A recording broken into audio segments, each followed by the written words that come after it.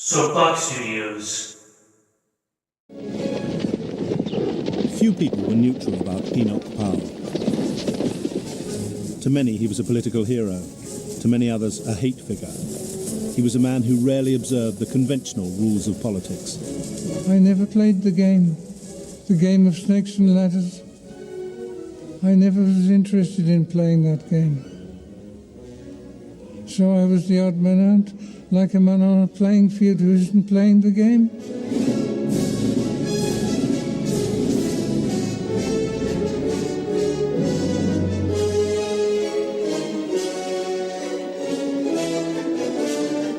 Are you still ambitious? I was born ambitious. I suppose I shall die ambitious. I can no more change it than the colour of my eyes.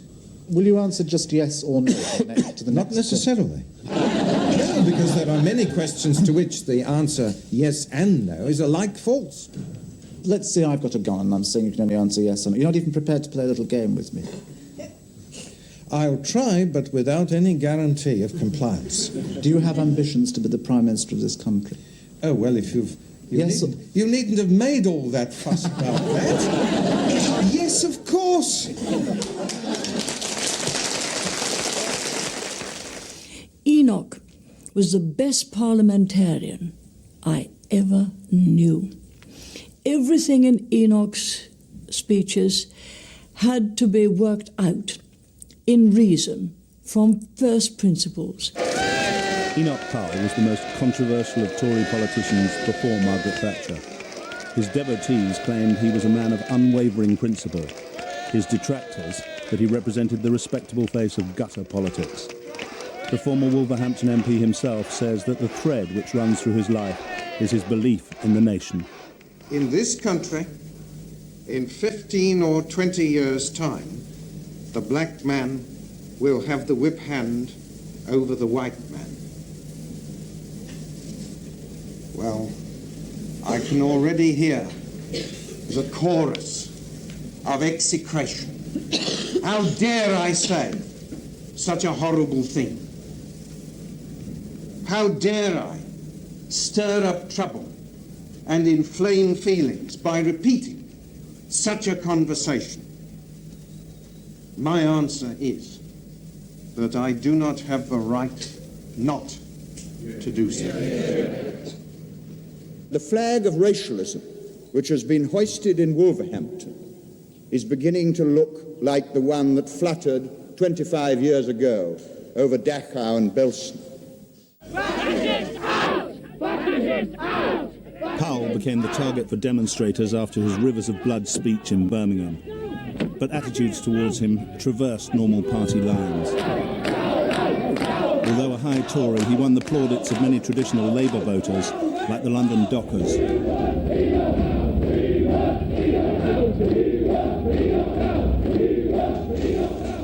I think the dockers sang, Enoch here, Enoch there, we want Enoch everywhere. That could serve as the text for that cartoon. Even the cat is Enoch. No, that's a dog, isn't it? There's a dog, it's the on the little knee. dog is Enoch. And there's a baby one. And the baby is a baby Enoch. And it's Enoch leaning out of the windows and talking to his neighbour. The right and the left. And riding a bicycle, which you've always had trouble with. Powell and his wife keep a wall of cartoons of his political career at their home in London. His favourite is the one drawn after his Rivers of Blood speech, featuring a street of identikit Enochs. It could mean a country all peopled by Enoch Powells, all white with moustaches. It could mean that, but it doesn't. I think it was a contemporary reference to that song, Enoch here, Enoch there, we want Enoch everywhere. What do you think of having this one form of memento on a wall of your I'm political slightly life? embarrassed about it. No, Enoch, you can't be. Yes, No, yes. you shouldn't be. You shouldn't be. Why not? Because it's all part of your life and it's fun. These are amusing. I think they're fun. They're amusing. Yes, they are amusing. But to be amused by one's own former doings is self. Well, you won't write your own life history, so it's jolly nice to have bits of it picked up. Yes, all right. I think so. If it pleases you, that's it does good enough. please. Yes, thank you. It does jolly well please me. I like it. Pamela Powell remains her husband's most loyal supporter. She says she's come to expect having their lives turned upside down every few years, for Powell has spent a lifetime provoking controversy. He'd been born in a thunderstorm in Birmingham in 1912. His parents were both school teachers. The young John Enoch Powell was so precocious that he was nicknamed the Professor. There were stuffed birds which my grandfather had shot, displayed in the home where I grew up. And I used to stand on a chair and tell visitors what their names were and give a brief description of each bird. It was on that occasion that I was called the Professor. How old were you then? 3. 3? 3. He won a scholarship to King Edward's Grammar School, Birmingham, where he was known as Scowly Powley. He established himself as brilliant at Greek and Latin. A contemporary at school was Christopher Evans. He was fiendishly clever, and we were all rather frightened of him, as I think were some of his masters, actually. He was so good, and rather knew it, I think, you know. And my memory of him is of a rather pale, slightly stooping boy with head thrust forward, rather intense look and serious look in his face. He was a loner, complete loner. I wasn't different from other children. I was just as naughty. I was just as wicked and malevolent. Really? Yes. What sort of things did you do? I hesitate to remember the depredations which I helped to commit upon the rolling stock of the Midland Railway Company as we travelled to and from King Edward's, Birmingham. What sort of thing did you do? Well, I have been known to unscrew the luggage rack in the compartment so that this could be thrown out during the tunnels. So you were an early sort of soccer hooligan? I was an early delinquent. Powell went as a classic scholar to Trinity College, Cambridge, the finishing school for future Soviet spies and Tory cabinet ministers. But he was too busy for extramural activities. As an undergraduate, I got up at 5. I knew nothing else to do but to work. I didn't keep a fire in my room. I worked in an overcoat with my feet in a blanket. Because I thought that more conducive to mental effort. Whether it is so or not, I don't know, but I did. And I had my door sported with the oak closed, with the outer door closed, indicating strangers not wanted. I was at Cambridge and thought I ought to call on Powell, and I said, "Hello, Powell, would you like to come to tea?" "No," he said. Well, I'd never met this before. So to recover my composure, I walked to the mantelpiece and leant on the mantelpiece. He took out a cigarette, and he said, "Would you mind not smoking?" And so I left. I had no social life as an undergraduate. And what about as far as women were concerned? They didn't exist. But you must have seen women at Cambridge? Yes, I noticed them. And what did you think of them? I wondered what they were doing there. But surely... Because I didn't think they would approach advanced learning in the same mood or manner as a man would. Why did you think that? Because the analytical faculty is underdeveloped in women. Although he claims he knew no women there, at Cambridge Powell wrote his first book of poems, some of them highly erotic, which revealed the intensity of feelings beneath the ascetic facade. I did not speak, but when I saw you turn and cross your right leg on your left and fold your hands across your knee, I felt a flow of white-hot lava seething up the old volcano shaft. That self-same attitude, though not of yours, it was which long ago fired me, an innocent, unknowing boy, and led me on to sin and on to learn and onwards to the very fount of woe. Oh, that's a perfect love poem, isn't it? That's what it seems to me, but who was it written to? It wasn't written to anybody. It was written as an exercise. What, a work of the imagination? The work of the imagination. When he was 25, Powell flew to Australia. He'd become Professor of Greek at Sydney University.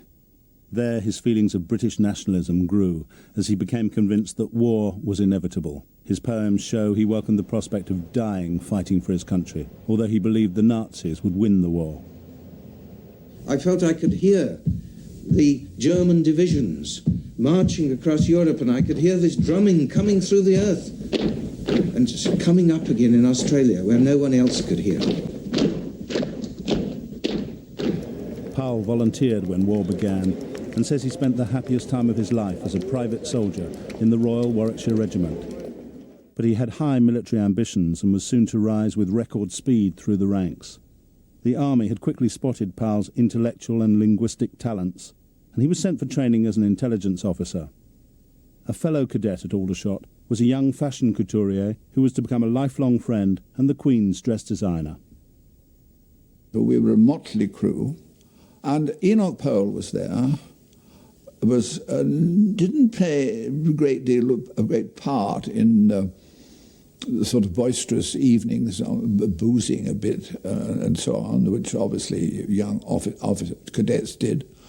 He was conspicuous by lying on his bunk, on his bed most of the time, reading. And it turned out when you asked him, what you're reading, he said, "Oh, well, I'm reading the Bible." And he said, "If it sounds funny, I'll tell you that it's even funnier because it's in Greek." And he was popular, but we sort of took him as a bit of a nutcase, I suppose. Did you get on with Hardy? Yes, I got on well with him. You don't seem terribly similar characters. Similar characters don't generally like one another. What did you find attractive about Hardy Amos then? If I say his gaiety, that mustn't be misunderstood. Joie de vivre. Right, let's say joie de vivre. Powell was sent to work as an intelligence officer with the 8th Army in North Africa.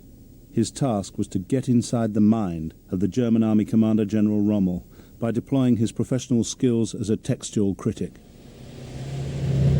The secret signals sent by Rommel's Africa Corps were all being intercepted by the British. And though Rommel was known as the Desert Fox, Professor Powell came to understand more about the general's plans than anyone else in the British Army. After the British victory at Alamein, Powell was to become the only private soldier throughout the war to reach the rank of brigadier. He was posted to India and slept his first night on Delhi railway station. When I woke up, I discovered I'd fallen in love with India. The smells, the sights, everything. And from that moment onwards, I dedicated myself to learning about India.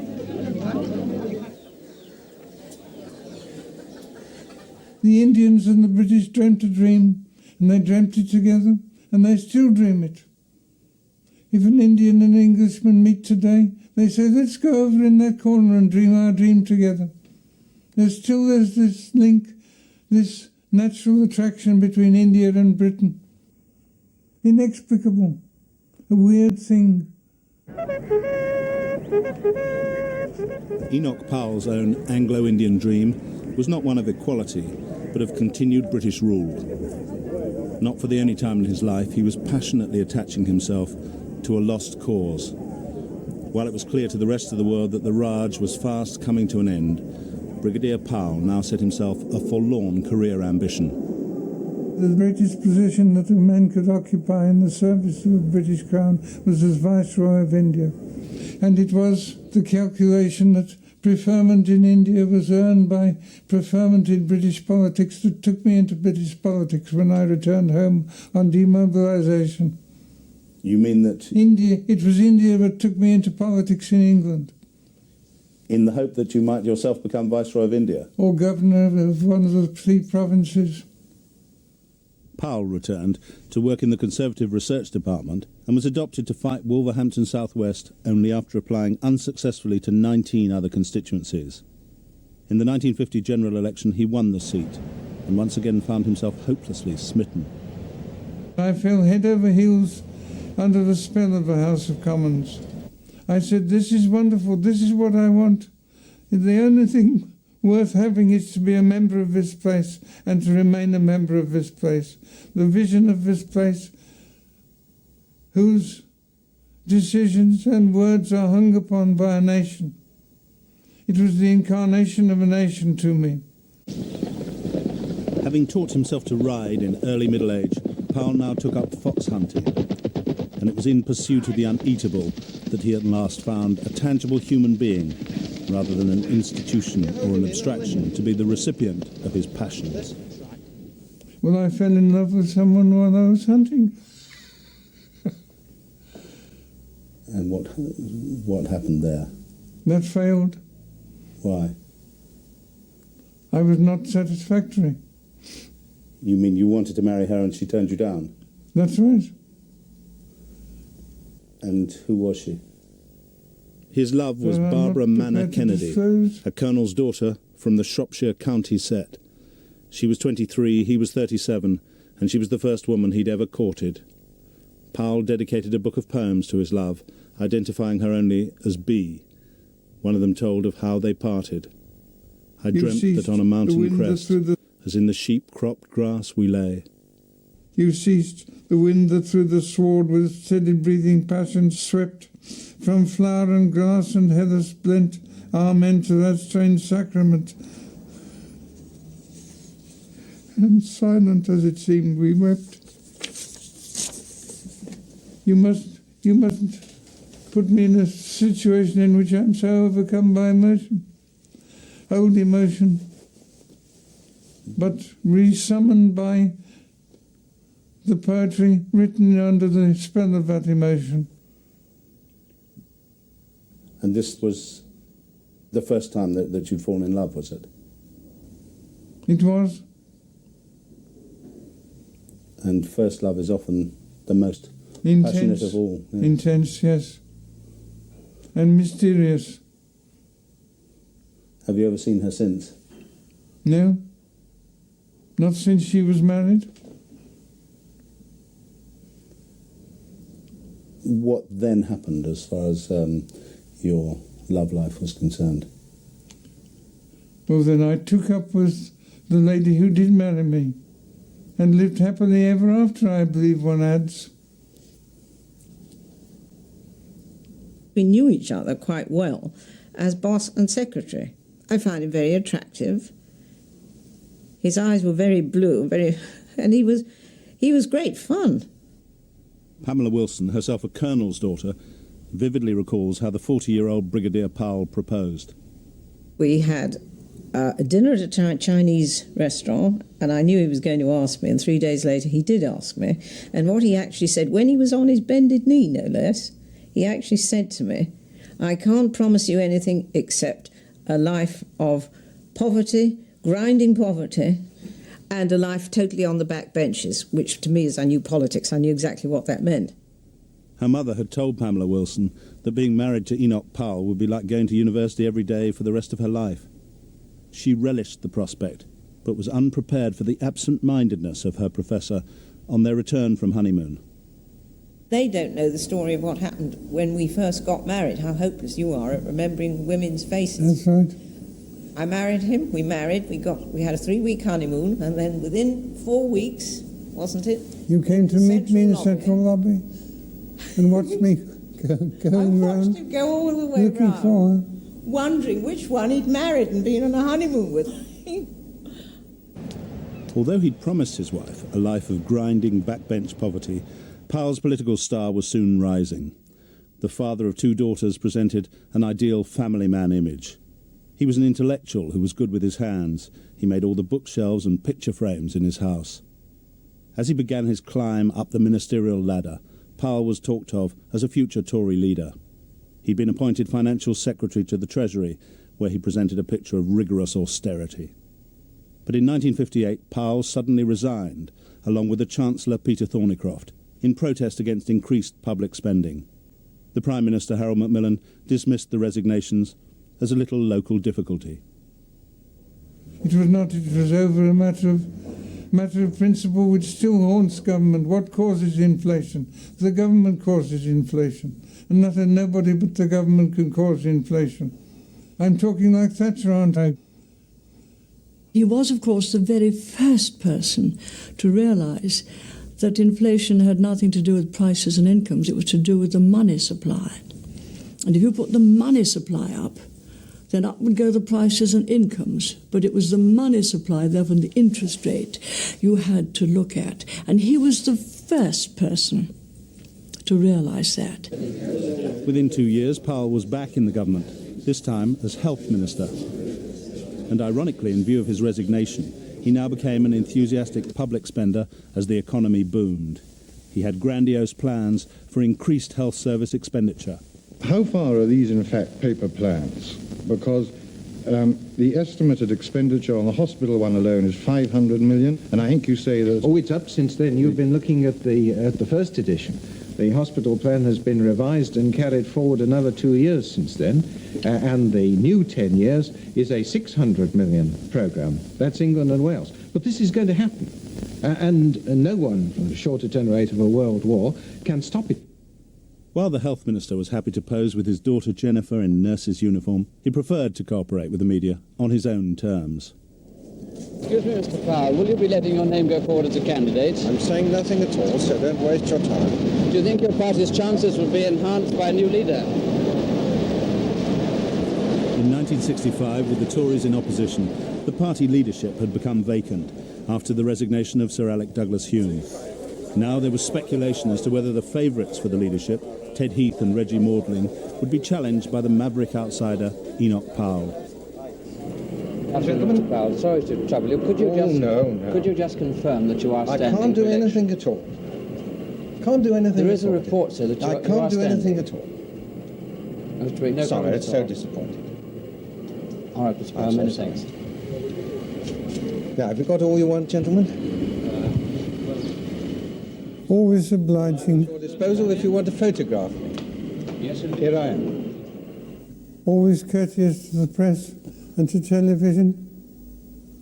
The heart of courtesy. But my waistcoat is a little rumpled, isn't it? I'm rather creased. Perhaps I've slept in it. Heath won the leadership, but Powell, as he puts it, had left his visiting card. In the shadow cabinet, there were no early signs of the bitter divisions to come between Heath and Powell, who invited his new leader to dinner. There Heath met the Powell family hamster, the special pet of Powell's daughter, Jennifer. The greatest compliment that a hamster can pay to a human being is to demonstrate how relaxed they are and comfortable, and they will wash their little faces. And one of these dinner parties, people were in the garden, and Ted Heath was one of the guests there. And he did not like having a hamster running all over him, I don't think. But the hamster liked him, and the hamster sat on his lap and washed his little face. And Ted Heath was the only guest that had been paid that particular compliment by the hamster. We subsequently realised it was a momentary lapse of judgment by the hamster, but we didn't hold it against him. If Powell could do little about his politically incorrect hamster, he was determined to inculcate his daughters with his own reverence for Britain's past.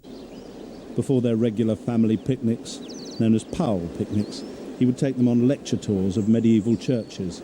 It's 12th century up to the short of the top story, and this perpendicular window is late 14th, early 15th century. Been put in, there was probably a narrow light originally there. It wasn't all tours round old churches.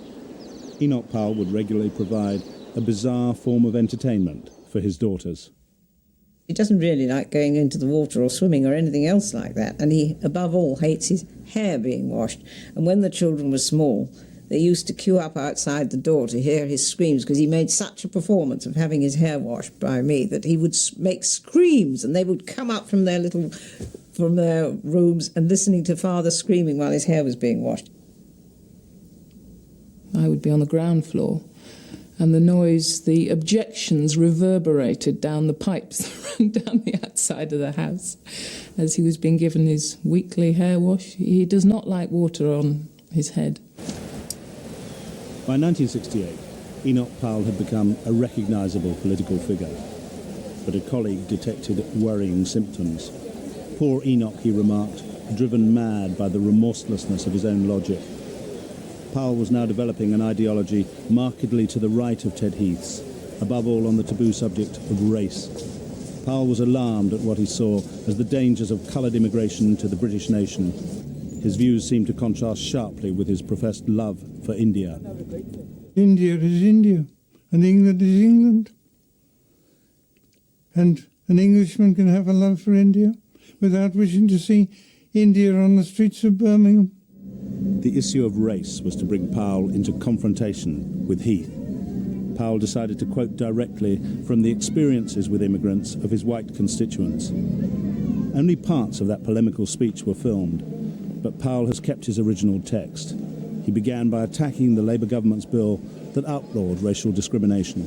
The discrimination and the deprivation, the sense of alarm and of resentment lie not with the immigrant population, but with those among whom they have come and are still coming. This is why to enact legislation of the kind before Parliament at this moment is to risk throwing a match onto gunpowder. Powell quoted a letter he said he'd received about an elderly widow living in Wolverhampton, the only white resident left in her street. He quoted from the letter, "She's becoming afraid to go out. Windows are broken. She finds excreta pushed through her letterbox. When she goes to the shop, she's followed by children, charming, wide-grinning piccaninnies. They cannot speak English, but one word they know, racialist, they chant." Those whom the gods wish to destroy, they first make mad. We must be mad, literally mad as a nation, to be permitting the annual inflow of some 50,000 dependents who are for the most part the material of the future growth of the immigrant descended population. It is like watching a nation busily engaged in heaping up its own funeral pyre. Powell ended the speech with a quote from Virgil translated from Latin. As I look ahead, I'm filled with foreboding. Like the Roman, I seem to see the river Tiber foaming with much blood. It was that line, not filmed at the time, which gave the speech its Rivers of Blood title. As the storm broke in the press, the Times condemned it as an evil speech, and there were growing demands for Ted Heath to sack Powell from the shadow cabinet. I remember Ted ringing me up on Sunday morning, because it was all over the Sunday papers, saying Enoch must go. And I said, look, I would just wait and just read the whole speech and just think about it for a few days. No, he must go. Everyone says he must go. And I gathered later there would have been resignations from shadow cabinet if Enoch hadn't gone. I thought it was a conclusion jumped to far too rapidly if you looked at the logic and reason in his speech.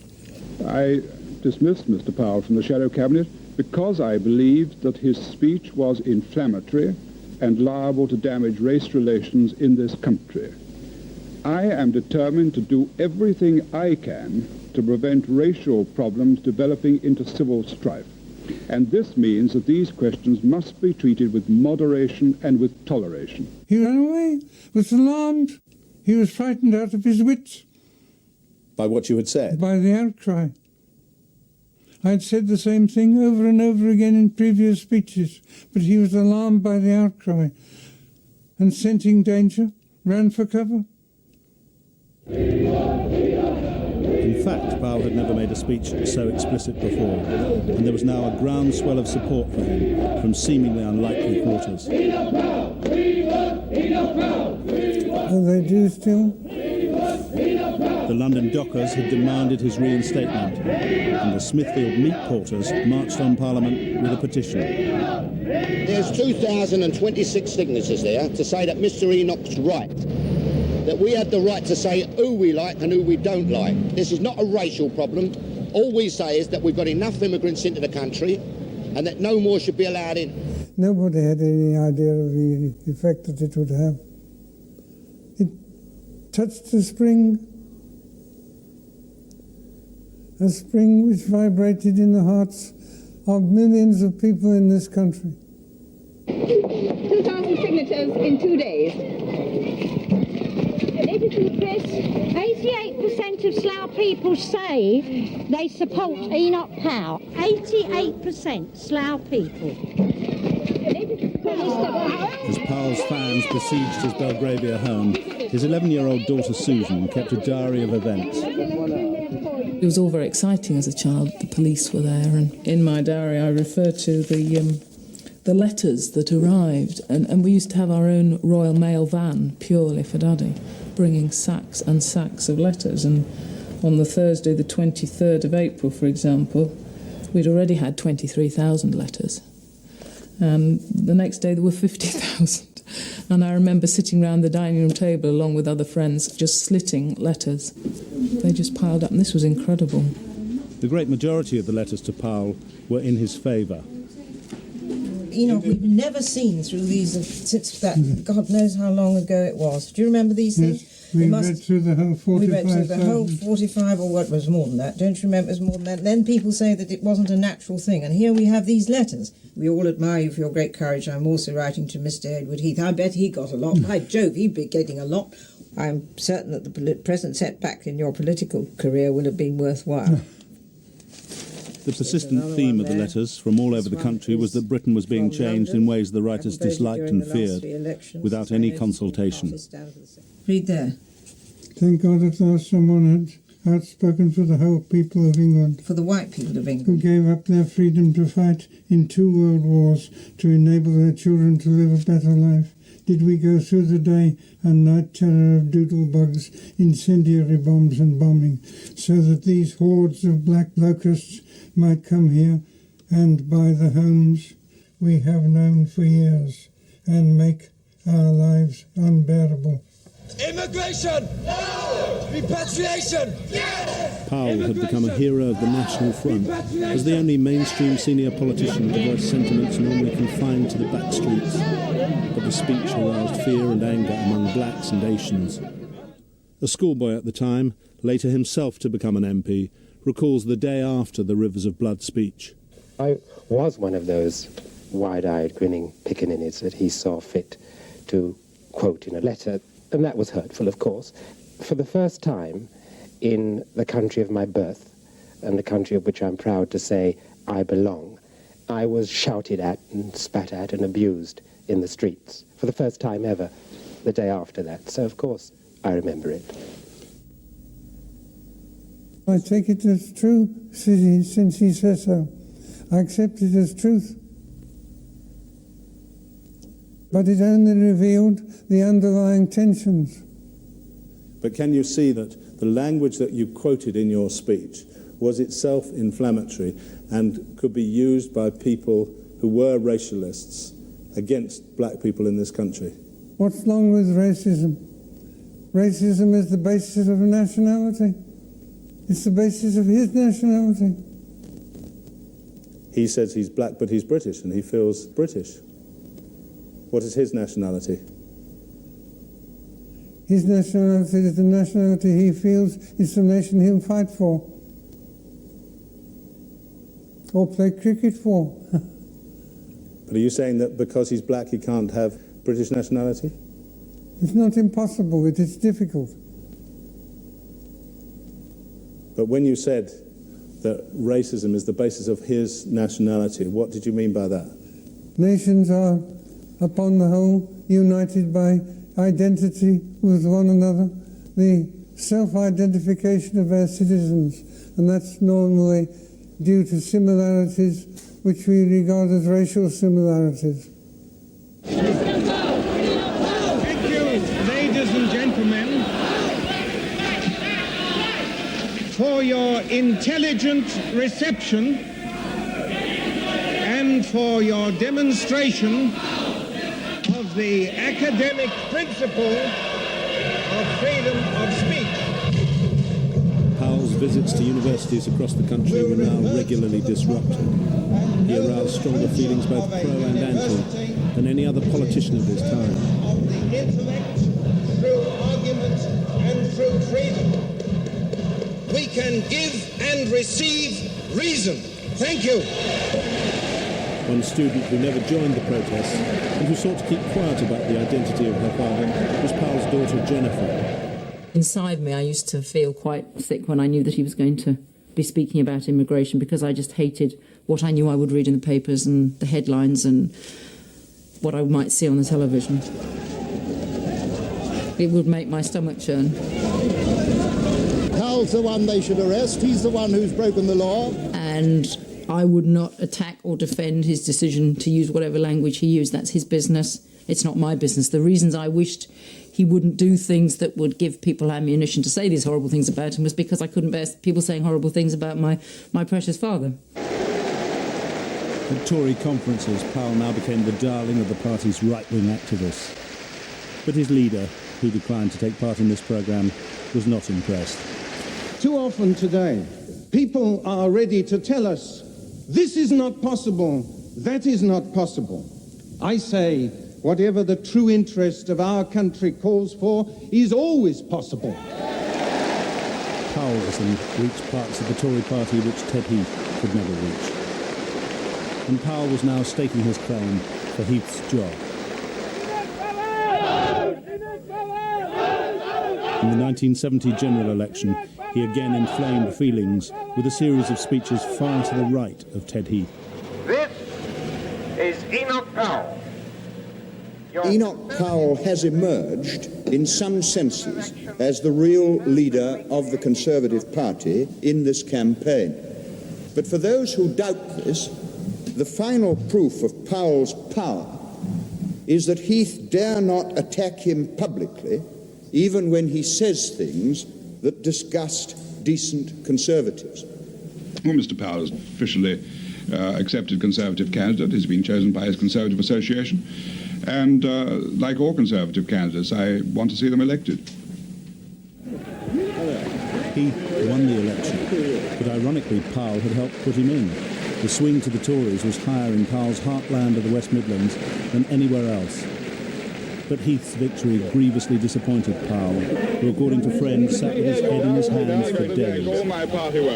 There are situations in which one is foreseeably more advantaged by one's party losing than by it winning. That was one. So you were dejected when the Conservatives won in 1970? It sealed my exile. Because you could see that Heath in 1970 had become Prime Minister, whereas if the Conservatives had lost in 1970, there was a chance for you becoming party leader. Everything would become fluid again. The cartoonist depicted Powell waiting like a British General de Gaulle in exile at Wolverhampton-les-Deux-Églises for the call to lead his nation. But Powell was no idle exile. Good morning. Good morning, sir. Yes. He sought to get over his ideas and build up his image in every way he could. Is your husband from home? And you could put "with love" from under that. Yes, I could. I could, but I shan't. I say this is marvellous television, isn't it? The desk is over there. He accepted a string of invitations to speak on the Tory rubber chicken circuit across the country. You are aware, are you not, that I'm opening a garden party? Yes. On the Saturday afternoon. Hat, dress. There's a ladies' luncheon. There's a YC wine and cheese. There's a tea club. There's a wine and beer. One hat for the wine, one for the beer. And there's a ward supper. Now, will you kindly tell me how many hats and how many suitcases that represents? Because that's what's got to go into the car. As the Tory government ran into mounting political trouble, Powell became the Prime Minister's bête noire. He was forever deriding Heath's economic U-turns.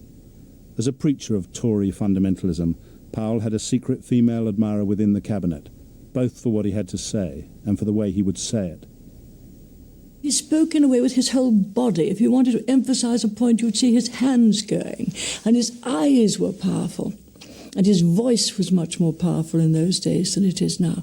So this combination of impeccable and implacable reason from first principles applied to whatever was the debate in hand. I'm always nervous before a big speech. You can't make a big speech unless you are nervous. Nerves is part of the act. Did you seek to build up a tension in yourself? I think someone told me that you would like to make a speech on a full bladder. Well, you shouldn't be at ease. You shouldn't be relaxed. And if you need to clear your bladder in order to relax, you should refrain if possible. You should be tense. You don't tax a loss. You only tax a profit. You raise more, the more profit there is to tax. We all live on the profits of British industry. It's a truism. And those people have been gravely misled who imagine that there's one set of people, remote people, somewhere over there who live on profits, but the rest of us don't. We all do. We are all in this together, and the future of all of us is bound up with the future of free British industry. It was Europe that was to cause the final break between Heath and Powell. Ted Heath's application for Britain to join the common market aroused Powell's nationalistic feelings, even though, ironically, Powell had himself once been a pro-marketeer like Heath. Je suis convaincu que nous vivons un moment historique comparable à celui d'il y a 20 ans. As the anti-marketeers marched on number 10, Powell prophesied that our entry into Europe would never happen and the bill to take us in would be defeated. I would have done anything to prevent the Conservative Party from passing that bill. I did all I could. I voted in the lobby against it 106 times.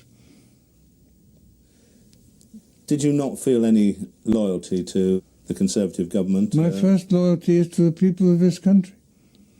And I thought they were being deprived behind their backs of something which I believed they valued and still believe they do, their self-government through Parliament.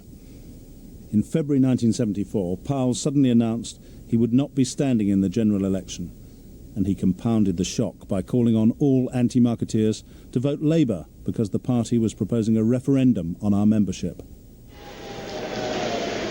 And at a packed anti-market meeting on the eve of the general election, Powell denied he was betraying the Tory party. He told his audience he didn't need any lessons in political consistency from Ted Heath. Now, there are a lot of people about whom it behoves to be very cautious in accusing their political opponents of past or prospective U-turns.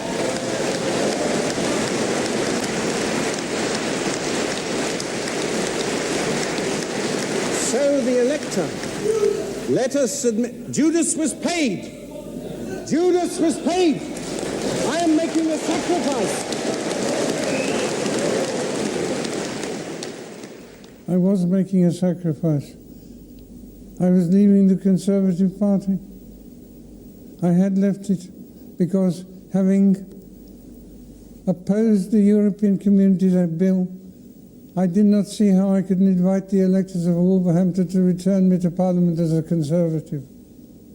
We were all shocked, very shocked. And the vote Labour, of course, was, even worse. As I say, when you've worked for somebody and turned the seat round from a socialist, very safe socialist seat to a Conservative seat, and followed this man and worked for him and admired him and been loyal to him, we all found it devastating, really. Heath lost the election by the narrowest of margins. And once again it seemed that Powell's intervention had had a decisive effect, as the anti-Tory swing was more marked in the West Midlands than anywhere else in the country. Having been up late the previous night, I tiptoed down and saw the newspaper slanting through the letterbox. Heath's gamble fails. I pulled it through and it fell open. And I retired to the bathroom and sang the Te Deum. It seemed as if my work was accomplished. I had had my revenge on the man who had destroyed the self-government of the United Kingdom. So you had helped bring him to power, and now you helped bring him down? I put him in and I took him out. It's a cruder way of putting it. By the end of 1974, Powell was again an MP. The Wolverhampton Wanderer had become an Ulster Unionist with his own idiosyncratic policy. He proposed that Ulster lose its separate status and be completely integrated with Britain. Once again, Powell seemed happier attaching himself to an apparently lost cause. Yet within 5 years, a new Prime Minister was actually putting Powell's economic theories into practice. Mrs. Thatcher was said to carry in her handbag extracts from his speeches. But Powell could summon up little public enthusiasm for the Thatcher brand of monetarism. Did you approve of what she was doing economically? It was in concord with my ideas. You seem to be sort of rather grudging about what Mrs. Thatcher did as Prime Minister economically. I was never quite sure that she understood the doctrine. She was applying it, but did she understand it? That was the question. Would you say economically that you are a Powellite? I would say economically we both hold the same views, and I originally got them from Enoch, but also, of course, Keith Joseph took them up, and we developed them very much in the Centre of Policy Studies, and they are now the orthodox views. And I hope that I was just a little bit of a help in putting them into practice and seeing what they could do for the British people. Enoch Powell celebrated his 83rd birthday at a friend's house earlier this year with his family and his grandchildren. I have yellow ones. You're going to learn your letters now. Well, that's an O. O. When your mouth is round, then you say O. I can't say O. I can't say that. O. You don't really. The Powells have now been married for over 40 years. That's an A. A for apple. Go and tell Grandpa that. The poems he once used to write to an imaginary woman are now written to Pamela Powell. A good beginning. Alpha. Alpha. I do write poetry for my wife, but I only write it once a year on our anniversary. I started at our first anniversary by presenting her with 1 rose and 1 poem, at the second with 2 roses and 2 poems. We never could at first have thought what all the years between have brought, nor seen ourselves with blushing posies composed of 37 roses, and goodness knows what still remains of such uncovenanted gains. No cause, then, to begrudge the years where always something new appears, or with the passing time deplore the pleasures that we had before. The only thing that does get worse, it seems, is quality of verse. Nice little twist, isn't it, at the end of that? I say jocularly it is her pension. I say you can publish these when I am dead.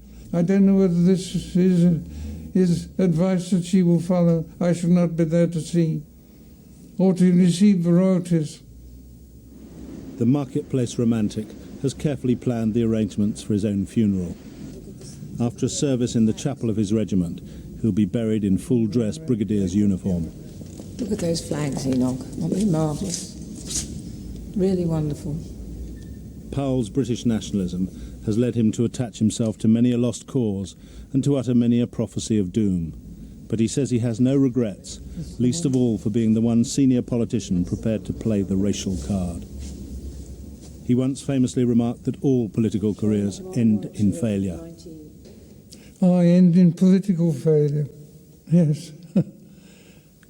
Mine has ended in failure from one point of view. Without a seat, without office, without apparent achievement. But I've achieved a good deal, and I hear my voice coming through in what is said, and I see myself being proved right. What I had to say about immigration, what I had to say about the nation, what I had to say about Europe was heard and is still echoing.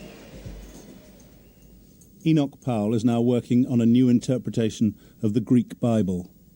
As a classical scholar, he can reflect on the supreme irony in his own life, that the rivers of blood speech transformed him into a national figure, yet at the same time ensured he would never be given charge of the nation's destiny. But I spend more time thinking than reading, which is as it should be.